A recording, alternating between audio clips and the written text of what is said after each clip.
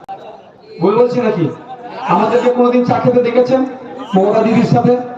আমাদের বক্তব্য, আমরা সেই দিন কি চা খাবো যেই দিনকে এই 73-তে এই বুথে এই আপনার করিমপুরের বুথ লেভেলে Trinamool, BJP, CPM, Congress, ISF এর নেতারা, বুথের নেতারা মারপিট করবে না, একে অপরকে গোলাপ দিয়া দিয়ে করবে, সেই দিনই মমতা ব্যানার্জির সাথে বসে নওশাদ সিদ্দিকী চা খাবে। অর্থাৎ সম্প্রীতি,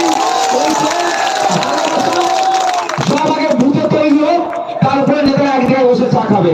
নেতারা এসি রুমে বসে চা খাচ্ছে আর মারামারি করে মরছে কোথাকার নেতারা, বুথের নেতারা। এটা বন্ধ করতে হবে। দেখুন, আমাদেরকে ওখানে চা খাওয়ার জন্য ডাকা হয়নি, আমাদেরকেও চা খাওয়ার জন্য ডাকা হচ্ছে, কিন্তু আমরা ভুলে যেতে পারি না পঞ্চায়েত ভোটের সময় কিভাবে সাধারণ মানুষ সহ আইএসএফের কর্মীদের উপর অত্যাচার নামিয়েছে। 2021-এ বিধানসভা নির্বাচনের পরে কিভাবে আমাদের উপরে হামলা চালানো হয়েছে এই শাসকের দ্বারা, ওটা আমরা ভুলি না। আমাদের বক্তব্য, আগে শান্তি, বুথে ফিরবে, তারপরে আপনার সাথে বসে আমি চা খাবো। আপনি এখানে সাথে আপনি আমি বসে চা খাচ্ছি, আর আপনার আমার জন্য যারা নাকি বলে জান দিয়ে দেবো, তাদের উপরে অত্যাচার আপনি করবেন, আপনার হাতের চা বেরিয়ে দেওয়া আমি গ্রহণ করতে পারবো না।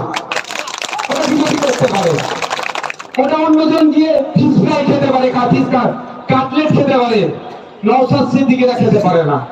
তাই যেটা বলছি, আপনাদের মাইকের আওয়াজ অনেক দূরে যাচ্ছে, আমি সকলের উদ্দেশ্যে বলছি দুটো স্পেসিফিক বিষয়, আপনার মন দিয়ে শুনবেন। প্রথম কথা, যারা ভেবেছিল তৃণমূলের অত্যাচারের হাত থেকে বাঁচার জন্য বিজেপিকে ভোট দেবে, তারা আজকের দিনে কিন্তু ভালো করে বুঝে গিয়েছে বিজেপি আর তৃণমূল আলাদা নয়, এরা হচ্ছে বিজেমূল। সুতরাং তাদেরকে বলবো, ফিরে আসুন আইএসএফ এর ছায়া তলে, আইএসএফ এ আসুন, আইএসএফ এর হাতকে শক্ত করুন। আপনার সাথে যে অন্যায় হয়েছে, যে অত্যাচার হয়েছে, আইনের মাধ্যমে ইঞ্চিতে ইঞ্চিতে বুঝে নিয়ে হবে, এক অংশ ছাড় হবে না। দ্বিতীয় যারা আছে এখানে মাইকের আওয়াজ যাচ্ছে, অনেকে ভাবছেন মার খাচ্ছি খাই, বিজেপি এসে যাবে, বিজেপির হাত থেকে বাঁচতে গেলে তৃণমূলকে ভোট দিতে হবে। তাদের বলবো, আপনারা দিবার স্বপ্ন দেখছেন, কারণ 2019 সালের আগে বিজেপি সেই অর্থে সিট পায়নি, 2019-এর পরে 19টা সিট দিল, 2021-এ কি বললো, সিএ হবে। আপনি আমি ভয় খেয়ে অনেকে ভোট দিয়ে দিলাম। প্রথম ছিল রাজ্যের বাইরে বিজেপি, রাজ্যের মধ্যে টেনে নিয়ে আসলো 2019-এ, 2021-এ কোথাও নিয়ে আসলো, আপনার বাড়ির সামনে। হয়নি? আগে বিজেপির পতাকা দেখতে পেতেন, এখন আপনার পাড়াতে বিজেপির পতাকা লাগাচ্ছে। এই তৃণমূলের রাতে অন্ধকারে লাগাচ্ছে আপনাকে চমকানোর জন্য। কি বলছি বুঝতে পারছেন না?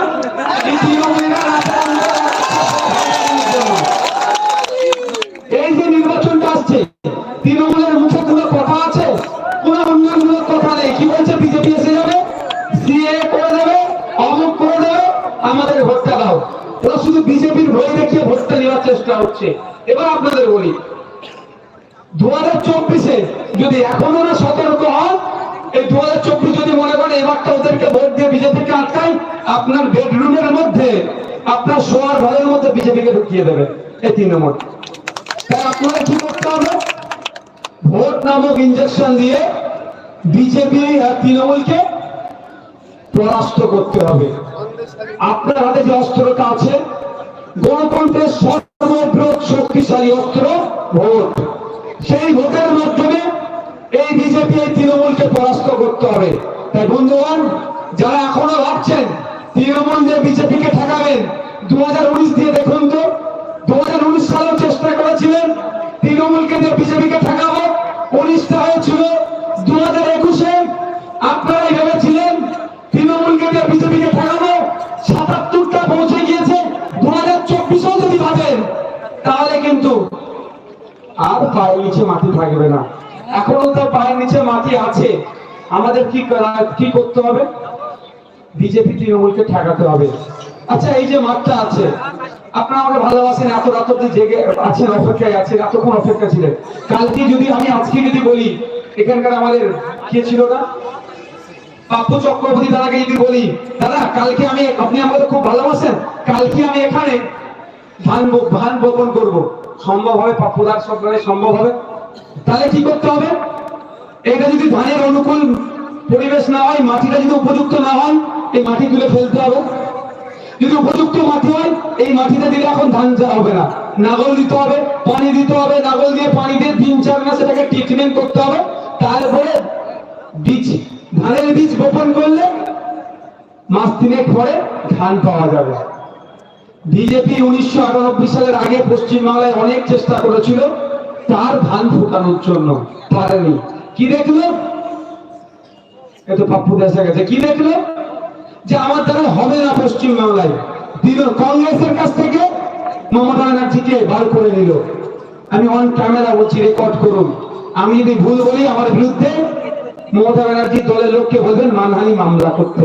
1998 সালে বিজেপি হাত ধরে, পড়ে দেবেন, শুনে রাখুন, 1998 সালে বিজেপির হাত ধরে, অটল বিহারী বাজপেয়ীজির হাত ধরে, রাজনাথ সিং স্যারদের হাত ধরে, লালকৃষ্ণ আডবাণীজিদের হাত ধরে তৃণমূলের জন্ম হয়েছে। এই জন্যই চাষের জন্য অনুকূল পরিবেশ তৈরি করার জন্য ওই 10-12 বছর ধরে অনুকূল পরিবেশ তৈরি করে এখন চাষযোগ্য জমি বিজেপিকে বাংলায় কে করে দিয়েছে? তৃণমূল। এখনো সময় আছে, ঘাস থাকলে এসে খাবে, ঘাস না জন্মায় তার জন্য কি করতে হবে? পানির আসা লাইনটা কাটতে হবে। পানির আসা লাইন করছে তৃণমূল, এটাকে কাটলেই বাংলা থেকে বিজেপি ফিনিশ হবে। সর্বপ্রথম টার্গেট কি করতে হবে? পানির আসা লাইনটা বন্ধ করুন, টিএমসি কে হারান। টিএমসি কে হারানোর সাথে সাথে বিজেপি বাংলা ছাড়া হয়ে যাবে, কারণ এরা একে অপরের পরিপূরক। বাপের বয়সী যারা আছেন বলুন তো, 2011 সালের আগে বিজেপিকে খুঁজে পাওয়া যেত? জানা যেত?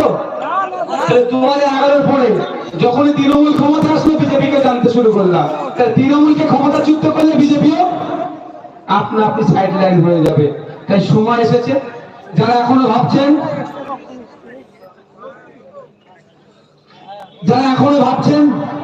যে তৃণমূলকে বিজেপিকে ঠেকাবো আর তৃণমূলের অত্যাচারে বিজেপি নাকি বিচার করবে, তাহলে কালীঘাটের কাকুকে একটু দেখুন তো। কালীঘাটের কাকু কি বলেছিল? আমার অব্দি আসবেন, আমার বসের কাছে যেতে পারবেন না। কাকুর ভয়েস টেস্ট এখনো রিপোর্ট থানায় জমা পড়েনি, এই কোর্টে জমা পড়েনি। আজকে আস্তে আস্তে শুনছিলাম, সত্যতা জানেনি, অভিষেক ব্যানার্জির নাকি চপার বা হেলিকপ্টারে নাকি চেক করছিল, ও লোক দেখানো হচ্ছে। ও তো চেক করার প্রয়োজন আছে কিনা আমি বলবো না, আমার তো মনে হয় লোক দেখানো হচ্ছে। যা ডকুমেন্টস আছে ও তো সকালে চাইলে বিকালে ভরে দিতে পারে, কারণ বাইরে ঘুরছে কেন? শুধু বাইনারি পলিটিক্স করছে। যারা উপস্থিত হয়েছেন আপনাদের বলবো, আসুন এগিয়ে আসি, ন্যায়কে প্রতিষ্ঠা করার জন্য। অন্যায়ের বিরুদ্ধে আমরা লড়াই করবো গণতান্ত্রিক প্রক্রিয়াতে, কেউ আইন হাতে তুলে নেব না। পুলিশ প্রশাসনকে আমরা সম্মান দিয়ে চলবো। তারপরেও যদি মিথ্যা কারণ নামে মামলা দেয়, আপনাদেরকে জানিয়ে রাখি, কেউ ভয় পাবেন না। যারা উপস্থিত হয়েছেন আর যারা 10 জন করে বুঝাবে, মায়েদেরও বলছি ভয় পাবেন না। আপনার বাড়ির পুলিশ সদস্যকে তুলে নিয়ে যায় বা যাকেও তুলে নিয়ে গেলে আধার কার্ডটা আমাদের পাপ্পু চক্রবর্তী দাদার কাছে পৌঁছে দিতে পারবেন তো? হ্যাঁ, পারবেন তো?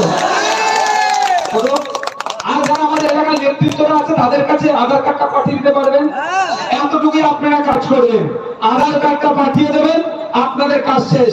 আপনাদের যদি কাউকে তুলে নিয়ে যায় পুলিশ, আপনাদের একটা কথা বলি, আপনাদেরকে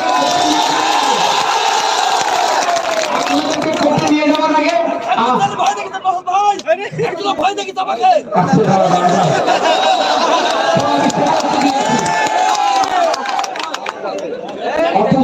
হবে না। যদি কাউকে পুলিশে তুলে নিয়ে যায়, আগে শুনে নি ভাই, যদি কাউকে পুলিশে তুলে নিয়ে যায়, আমি দায়িত্ব নিয়ে বলছি, আপনাকে কোর্টে প্রডিউস করার আগে আমাদের উকিল কোর্টে দাঁড়িয়ে থাকবে আপনাদেরকে জামিন করানোর জন্য। সাব ডিভিশন কোর্টে, সেশন কোর্টে যদি আপনাদের জামিন না হয়, জজ কোর্টে যে জামিন করাবো সেখানেও যদি না জামিন হয়, কলকাতা হাইকোর্টে গিয়ে জামিন করাবো, কখনো যদি না জামিন হয়, সুপ্রিম কোর্টে জামিন করি আপনাদের দায়িত্ব আমরা নেব। দ্বিতীয় কথা, ভয় পাওয়ার কোনো জায়গা নেই। আর দ্বিতীয় কথা, ওই চ্যাংড়া যারা এখন 2 পয়সার নেতা ভয় দেখাচ্ছে, তাদেরকে বলুন তোদের বাপের বাপ ছিল কে বলুন তো? দাদু অনুব্রত মন্ডল এখন জেলের ভাত খাচ্ছে।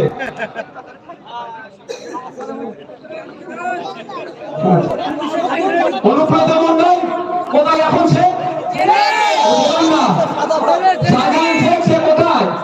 বলছে কি বলছে? বলছে আল্লাহ বিচার করবে। আল্লাহ বিচার করেছে, ওর সাথে হয়েছে বিচার। আল্লাহ বিচার করেনি। ও একটা মিডিয়ার সামনে ফুটেজ খাওয়ার জন্য কি বলছে? আল্লাহ বিচার করবে। আল্লাহ বিচার ওর উপরই করেছে, যেভাবে অন্যায় করেছে, যেভাবে ওখানে চাষযোগ্য জমিগুলোকে খালের নোনা পানি ঢুকিয়ে দিয়ে সব নষ্ট করে ঘেরি করার চেষ্টা করেছে। ওখানকার দলিত আদিবাসী সংখ্যালঘুদের উপর যে অত্যাচার করেছে, আল্লাহ বিচার করেছে, ওখানে জেলের ভাতও খাচ্ছে।